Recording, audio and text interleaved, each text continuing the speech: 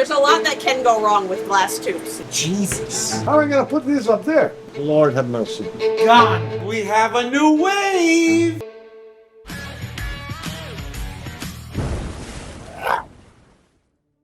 Big tanks require big flow, and over the next couple of days, the team is making some changes to the 17,000 gallon tank.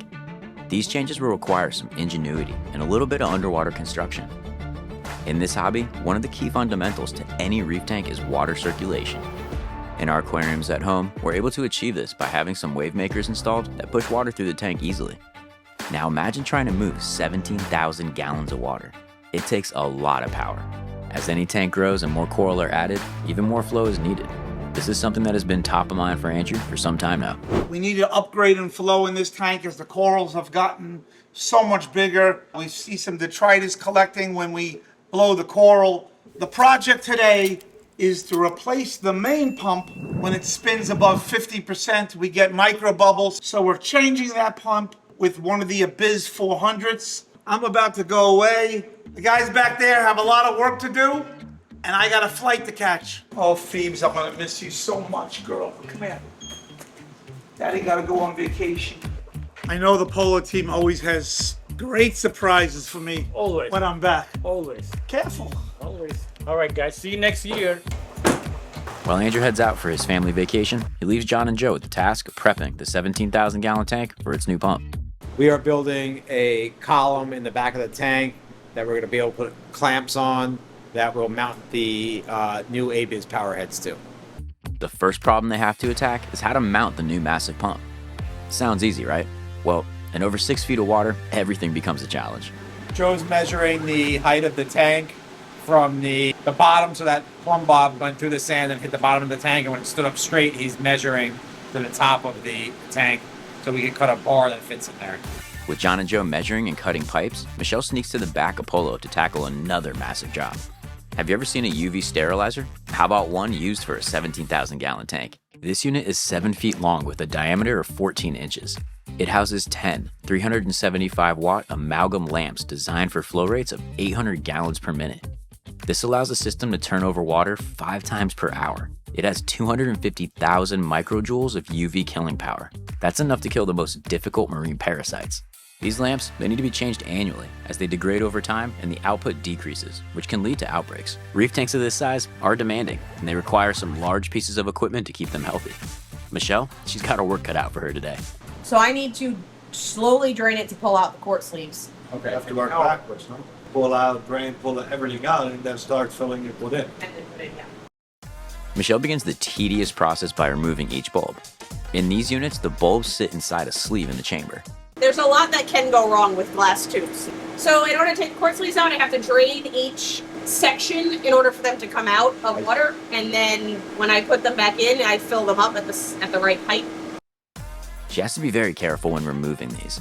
Any small movement could shatter the bulb in the unit, leaving the shards of glass that could spell disaster. No pressure, Michelle. You got this.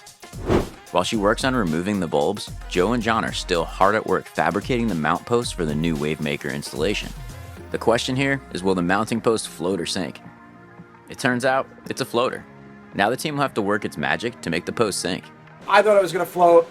Joe thought the pipe would be heavy enough to sink. I said we need to fill it with concrete. Joe thought we need to fill it with concrete for rigidity, but maneuvering it when it's full of concrete is going to be difficult. So we're going to come up with some sort of way to weigh it down. While John and Joe try to figure out how to make this thing sink, Michelle is still in the back draining the UV sterilizers to remove the sleeves. Yeah, open. Open it. Yep, keep it open. With the help of John, she's able to remove the sleeves and keep the process going. She's not out of the woods yet, though. These sleeves are also made of glass, and one wrong move could really make her day longer. Meanwhile, back in the lab, Joe is in his element, mixing some cement. We need to fill this up with lightweight cement because when we tested it to put this in the 17K, it's floating. So we needed to go down because this is going to be the pillar that's going to hold the big Abyss pumps. We got a long way to go. Hello? Anybody down there? By now, you probably know, Joe has a tough time sitting still.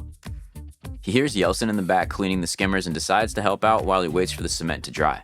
But he's about to find out what Yeltsin deals with on a daily basis, and it's a little unpleasant.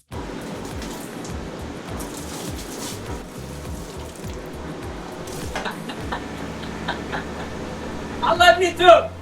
Do you have any nasty skimmer stories at home? Leave a comment down below. We'd love to hear from you. Back with the UV sterilizers, Michelle is pushing along and making good progress. The first part of if it leaks is over. The valves were opened enough that it fills with water, but once there's actually flow going through it, we'll see if it really leaks. Okay, you want to slowly turn it on? Sure. The bulbs might be replaced, but that doesn't mean everything's going to function correctly. Fingers crossed that there's no leaks. If there is, this day's about to get a lot longer for Michelle and the team. Is it fully on? Yeah. Yeah. Yeah. 580 gallons a minute you should have, actually. It looks like the UV sterilizer is holding pressure and the job is done. Well, one unit is done. There are 2 of these massive sterilizers at Polo Reef, so she gets right to work. This second UV sterilizer is for the 2,500 gallon tank. It's close to the same size as the 17,000 gallon unit. Coming in at 7 feet long with a 12-inch diameter, it's capable of 350 gallons per minute and houses 5 bulbs. It might be a little bit smaller, but it's just as impressive. After redraining the water, she begins to pull the bulbs from the second unit like she did the first. Back by the skimmers, Joe is still helping Max and Yeltsin clean the cups before heading back to the lab to check his cement, and he's a little surprised at the results. Jesus. I tested it on Tuesday, but it was empty. With the mounting post filled with cement, they quickly realize they may need outside help getting this thing into the tank and mounted, but they're not sure who will do the job just yet. So for now, they just have to wait. Lord have mercy. With one job complete, Joe decides to pull up his bootstraps and help Max and Yeltsin finish the stinky task of cleaning the massive protein skimmers. So these are just soaked in vinegar because we only have one bucket. So the vinegar is laying on top of the coralline algae, breaking it up a little before we scrub it. The protein skimmers at Polo Reef are a crucial part of the system, and when they get shut down, Andrew begins to get stressed out. We normally do this every vacation Andrew takes, because he freaks out when the skimmers are turned off. Look, now they're like spanking like brand new. We don't need to stress him more than he already is every day. Back by the UV sterilizers, Michelle is working on the second unit, and she's nearly finished. She's constantly wiping the bulbs off before installing them. Here's John to explain why. Michelle's wiping the bulbs down with rubbing alcohol just in case there's any oils or dirt on them. That way, if we were to leave that, that would be a hot spot in the bulb and cause a failure in that point. And you guys should practice that with any UV bulbs. And just like that, one of the most stressful annual jobs is done, and the team can breathe a sigh of relief for now. Next task on the docket is to continue some routine maintenance on the RODI unit. But like everything else at Polo Reef, things are on a much larger scale. We're going to change the membranes on the RO. We need to roll it into here where we have the taller ceiling because they're about 4 feet canister and we need 4 feet above it to get them out. The difference between a clean and dirty filter is astonishing. Without these filters, all of this would have ended up in the system. It's a great lesson to take home. When was the last time you changed your filters on your RODI unit? Might be a good time to pause and take a look. While Andrew enjoys the last day of his vacation, the team finishes another stressful job, so he doesn't need to worry. The Polo Reef team always has each other's back.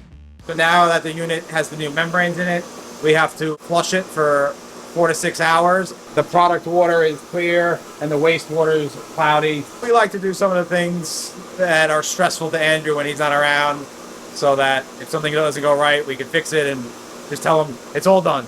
The RODI unit at Polo Reef is a force of nature. Like most at-home RODI units, Polo Reef also has 6 stages, but on a massive scale. The first and second stages are the sediment and carbon filters. At-home filters are typically 2.5 by 10 inches. Polo Reefs measure 4.5 by 40 inches. The third stage is the membranes. 4 of these are piggybacked acting as one unit. Each membrane is capable of producing 2,000 gallons per day. With 4 of these working together, they're capable of outputting 8,000 gallons per day total. A typical at-home RODI generates 75 to 100 gallons per day. That's a massive difference. The next 3 stages are for the DI resin. The first is responsible for removing positively charged contaminants, otherwise known as cations. The next DI resin is responsible for removing negatively charged ions, or anions, including silicates. And the last DI is a mixed bed. Water is also ran through a booster pump. At-home boosters are typically rated for 0.04 to 0.10 horsepower. The Polo booster is a powerhouse coming in at 1.5 horsepower with 220 volts. It's an impressive unit. In case you're wondering, an RODI or reverse osmosis deionizer is responsible for purifying tap water by removing metals, contaminants, and other impurities that could harm fish and coral. After days of innovation and creation, the team, they're ready to start installing the new pump. Back. I'm excited to see what they did. Andrew arrives back from his family vacation just in time to see what John and Joe built for the new pump installation. We were just dry fitting it. This pole will go in the tank. Oh, I see. Wow, very cool. And let's see how this spins. Yeah, then we can angle it however you want, and this here angles up and down. This way and that one. Yeah, so then we could. This is a business mount here, but this is the one that was custom made for you, the black one. Cool. Of course, doing this underwater will be 100 times harder. Yep. But That's the way it then, fits. then we can pivot it. We can loosen this and slide it up and down, whatever position we need. That's great. Bank shot, Phoebe. We're going for a bank shot. Phoebe approves. The mounting post is fully complete, and the team will have to wait for a diver to help install it in the 17,000-gallon tank. For now, they're going to have to practice patience, but they'll have plenty to distract themselves. During the commotion with the mounting post and UV sterilizer replacement, the team received a shipment of anthias, and unfortunately, due to shipping delays, they're not looking the best. Alex the vet arrives just in time to assess and treat them.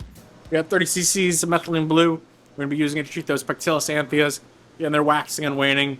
And do they have some gill damage? Do we want to help with oxygenation and a little bit of antimicrobials? We're going to be adding in some kanamycin as well. Alex the vet administers the medication combination to the anthias. This particular combo leaves the Polo QTs looking a little blue, but it's for a good cause.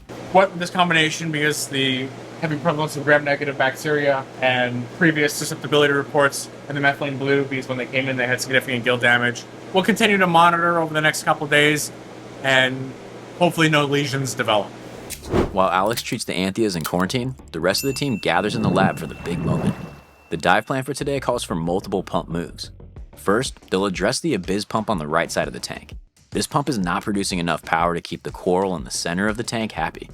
Over time, the team has noticed a detritus buildup, so they're planning on removing the underpowered pump and replacing it with some more muscle. With this pump out of the tank, the next task will be to remove the Pantaray pump from the center of the tank, and they're going to use it as a replacement on the right side. It will be placed in the same gap as the previous Abyss. This should be more than enough punch to keep those coral in the center happy, but only time will tell. Lastly, the team will install the new Abyss pump on the fabricated mounting post that the team has been working on. It's a lot of work for one dive. For this reason, Polo Reef decided to bring an outside diver who's used to diving in small confined places and handling heavy equipment underwater. As the team watches the process, Andrew starts to feel the excitement of the much anticipated upgrade. He's been waiting for this pump for a long time. Oh my God, we have a new wave! Finally upgrading our pumps. Wow. Today's a kind of a special day. We've added a Abyss 400 cannon, which is capable of 60,000 gallons per hour. And we are now in the placing mode. And what angle should it be? And where should the wave be, etc. After a couple hours in the water and a few more moves, the Abyss pump is installed and the Pantaray was moved successfully to the right side of the tank. The Pantaray pump will provide much needed support for the center of the tank. This area has been a trouble spot due to the lack of flow, causing heavier detritus buildup. This move might just solve the issue. Only time will tell. I'm liking the fact that I don't see any cavitation, any air bubbles. Looks clean. We're in good shape. Yeah, it's like, some new some new equipment. Mission accomplished. With the new pump installed, the 17,000-gallon tank enters a new stage of growth. More flow means healthier corals and a system better equipped for what comes next. Every upgrade at this scale takes planning, patience, and teamwork. While Andrew was away, the team worked through some of the more complex annual maintenance and upgrades on the Polo Reef checklist. This was all to give Andrew peace of mind as he returned from vacation. This new pump represents more than a new piece of equipment. It's progress. Don't forget to like, subscribe, and hit that bell to stay updated on everything Polo Reef. Until next time,